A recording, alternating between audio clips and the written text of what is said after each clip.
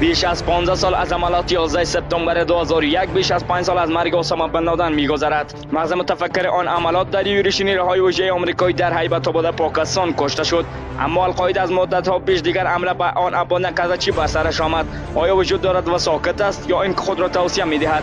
قیس الزوابی سفیر پیشین عراق در اتحادیه عرب میگوید البته القاعده هنوز هم وجود دارد و رئیس آن اینما ظواهر جانشین بن لادن است و معاونش احمد ابوالخیر است. این سازمان تروریستی که در مرز افغانستان و پاکستان مستقر است همچون با شاخه‌های دیگری که خود در عربستان، مغرب عربی، آفریقا و یمن قرار دارند در تماس است. سازمان تروریستی اسلامی القاعده در سال 1987 در زمان جنگ اول افغانستان به دست عبدالله اعظم و شاگرد اسامه بن لادن پایه‌گذاری شد.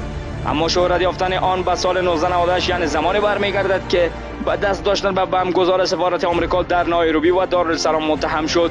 این عملیات به کشته شدن بیش از 300 تن انجام داد. عملیات 16 می 2003 در کازابلانکا، 11 مارس 2004 در مادرید، 7 جولای 2005 در لندن حملاتی بودند که القاعده مسئولیت آن را بر عهده گرفت. حمله خونبار به دفتر مجله شایبیدو 7 جون 2015 را سازمان القاعده شاخه یمن بر عهده گرفت.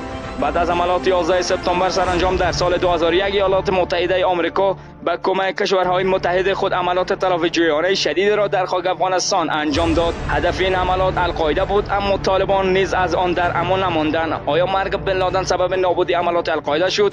دشمن اصلی القاعده داعش است، زیرا داعش علیه القاعده قیام کرد. باید دانست همه سازمان‌های تروریستی مثل القاعده، داعش، جبهه نصرت و بوکو حرام و خود ابوبکر البغدادی همگی به اساس آموزه‌های اسامه بن لادن عمل می‌کنند. ممکن است با اینما ظواهری موافق نباشند، اما با پدر معنوی خود بن لادن هم عقیده‌اند.